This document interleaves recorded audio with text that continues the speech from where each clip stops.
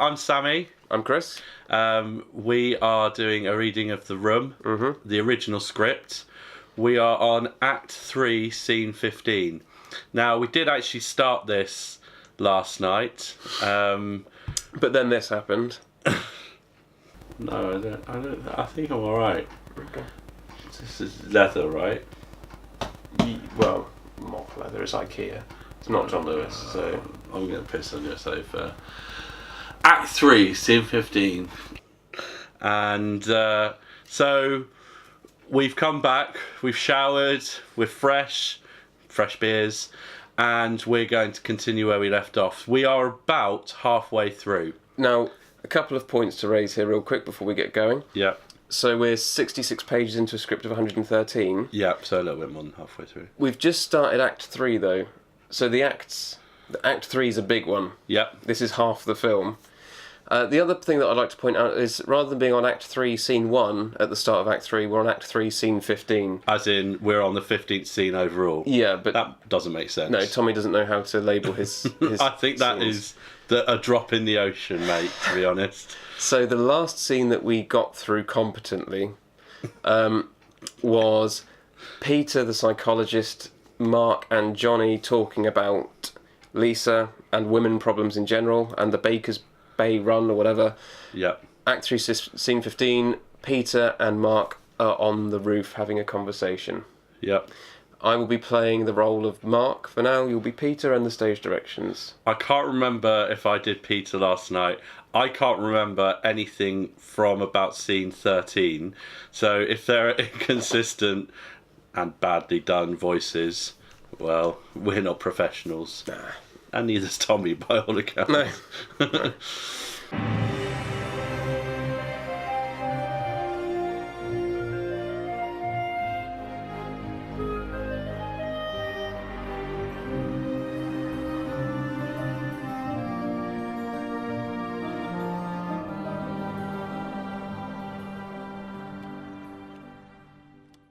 Peter comes out of the door to the roof and finds Mark sitting on the bench looking depressed. Oh, hi, Mark. Oh, no, that's Tommy's voice. Johnny's voice. I don't remember what he sounded like. What does he sound like? Give me an idea. American man. Oh, hi, Mark. There you go. That'll do. What's happening? That doesn't sound American, but... Hi, Peter. Pause. This is a good place to think, huh? Mark pulls a joint, oh, naughty, out of his pocket and lights it. You want to put me on the clock? What's that? He points at the joint. Mark offers the joint to Peter. You want some? No, man. You know I don't smoke that stuff. You look depressed. I got this sick feeling in my stomach. I did something awful. I just can't forgive myself. Why don't you tell me about it? Well, I feel like running or killing myself. Something crazy like that. So, exercise or death? Yeah. I think escape or death. Oh, okay. I don't think...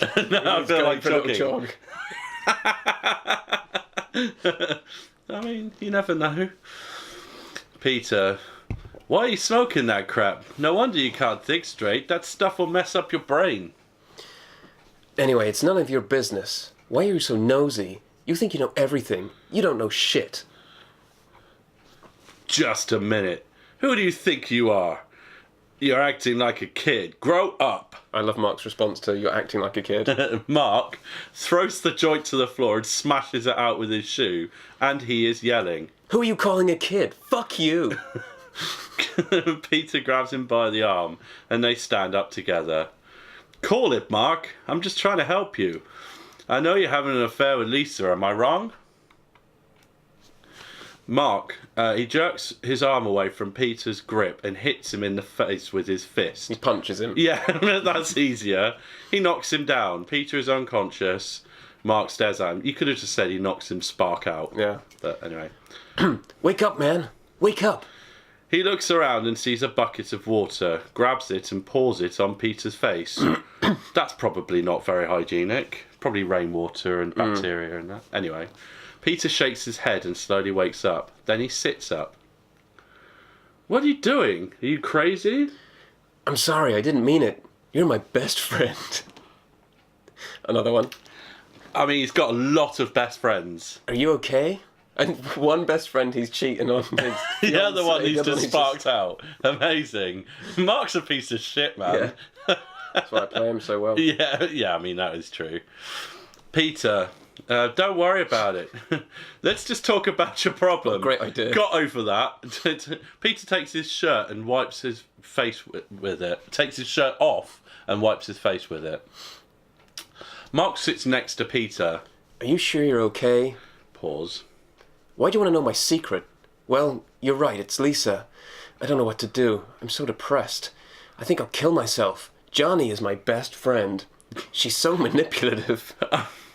He's just told him. I feel like Mark's maybe a little manipulative. I mean, yeah, he is a real piece of shit. Peter, how did this happen? If Johnny finds out, that'll be the end of your friendship. What were you thinking? Look, life is very complex, but you have to face it. You should have to be responsible.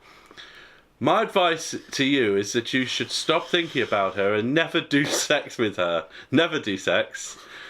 Find another girl. That's my advice. Lisa's a sociopath. She only cares about herself and she's incapable of loving anyone. I'm assuming he's her actual doctor then. I'm guessing so. Or he just decides he doesn't like her. Yeah. I mean, she is a bitch. Yeah. And definitely a slut. But a sociopath incapable of loving anyone? I mean, that's a I bit really of a think reach. she loves too much, you know?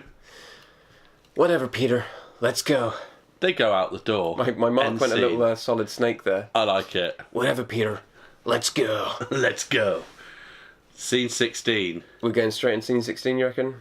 That was a short one. Let's do another one. Yeah, you know, we've got a lot to prove. Oh, and this is where we find out why in the film they wear tuxedos for no apparent reason. Mm-hmm. It's unexplained in the film. You assume it's the wedding day, and then they're just not in tuxedos. But this actually fully explains. Yeah. Yeah. Well, not really. No, I mean, it doesn't explain anything. I'm but still then going to say a tuxedo is not appropriate attire for the occasion that they've worn them at. I am going to point out as well, there is an elephant in the room besides me. And that is that Johnny has just a brief moment in time flown in on his Mercedes. You're obsessed with that, man. I am obsessed with it because... You keep talking about it. Yeah, because no, they're not. He should talk about it more, really. No. I mean, he's come in, he's gone, check this out, I've got... Fangs. I'm a vampire, plus telekinesis and everything else. Mm-hmm. Oh, and by the way, I pulled some Matrix shit out of the bag as well. I mean... I think you're missing the point. Like Peter's just said, life is crazy. Life is definitely crazy, but... Don't dwell on it. You just have to face it. But the fact of the matter is no one said anything. Like, hey, you never told me about... Your flying abilities. Yeah, or even just, I didn't know you owned a car. You know? I didn't know. Nice Mercedes. How'd you afford that? You haven't got a promotion, so probably True. stole it. True. Unbelievable. Right. Anyway, it just fucks me off, man. I'm sorry. Act 3, Scene 16. Okay. Johnny is on the phone dressed in a tuxedo. Oh, thank you. Thanks a lot. Love your voice. Johnny hangs up the phone. Billy enters, or Bimmy, also dressed in a tuxedo and holding a football. Oh, hi, Billy. That was some funeral, wasn't it? Yeah, I'm just glad it's over. Billy, we had to make sure Jimmy was really dead. Now that we all saw him laying down in that funeral casket, we can be sure he'll never trouble you ever again for his money. There's just some things I don't understand, Johnny. Like what? Death? The meaning of life? Love? No. I mean, what happened at the police station? Didn't you take Jimmy straight there? It's all very strange. Yes, Billy, asking the questions. Well, you know, the police have to deal with all sorts of crazy people. So sometimes at the station the police have to do what may seem to us like some strange things. But they said all his blood was sucked out of his body. Some very strange things. I love ellipsis. The doorbell rings. Billy opens the door and Peter walks in wearing a tuxedo. Hey Peter, come in. Do you want to be Peter? Okay. It's too bad about Jimmy. I know he was a bad guy, but that was just crazy. Besides, funerals are so depressing. Hey, that's life. Have a seat, Peter. Well, it's technically death in this instance, but... Oh, God, I'll be Mark as well, then. Okay. Peter sits down on a chair, the doorbell rings again, and Billy opens the door. Mark enters, clean-shaven, and has a big smile. Of course he does. He is wearing a tuxedo. Wow. Wow. Hey, guys, you like it? Yeah. You look great. You look like Babyface. What's the occasion, Mark? What's the occasion? They're all wearing tuxedos. Yes. He's entered wearing a tuxedo, and they're like, what are you dressed as, weirdo? Like... Well, I think, no, they're talking about the shave, because he now goes... Mark's response to that is, I started a new job and they told me I can't show up there looking like a caveman. So there you have it. I see. So they've already seen him anyway. Oh, what do you think of the funeral, Mark? We were looking for you. What funeral? All right. Okay. Hey, you guys want to play some football? No. Peter. No, you need to read that line. Okay, ellipsis. Hey, you guys want to play some catch the football? So, I love playing catch the football. Catch the football. Sometimes throw the football. He's not playing catch. He's not playing football. He's playing catch the football. Catch the football. Mm-hmm. In tuxes? You gotta be kidding. That was Peter. Yeah. Come on, Mark. Let's do it. Mark wasn't arguing. I'm up for it. Johnny? Ask Mr. Glass's head over there. That's a brilliant put down. Mr. Glass's head. Say what you see. I assume Peter's wearing his glasses then. Yeah. I mean, it's implied. Come on, Peter. No, I don't think so. Please, come on. Chip, chip, chip, chip, chip, chip, chip, chip, chip, chip, chip, chip, chip, chip. Billy and Johnny make chicken noises as they flap their arms.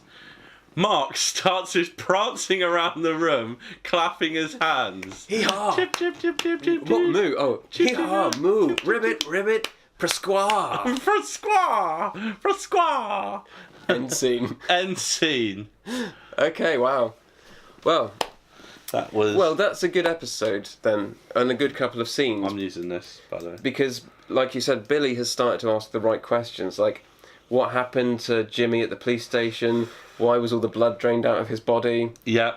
You know? You're starting to understand that there's something, I can't put my finger on it. Yeah, but there's something about Johnny that's... Johnny has this veneer of normality that's starting to slip away. Yeah. You know, a couple of things. There was something that happened on the roof, but I forget what that was. Oh, dear I was more worried about the fact that Bimmy has started turning tricks. Or John's. Yeah, and how much money he owed. I mean... Yeah, how much was it? Yeah. So, yeah, I forgot about that, but starting to see there's something not quite right there. Amiss. Cool, so join us next week for Act 3, Scene 17. And yeah, don't forget to like and subscribe. Tweet us on Facebook.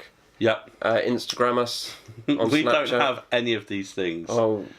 We're going to have them, are we? Oh, there's going to be setting them up. Mental. Yeah? I get the advertising revenue. Instagram, I mean, this is definitely made for Instagram. Yeah. You know? Yeah. Cool. Right, see you later. See you later.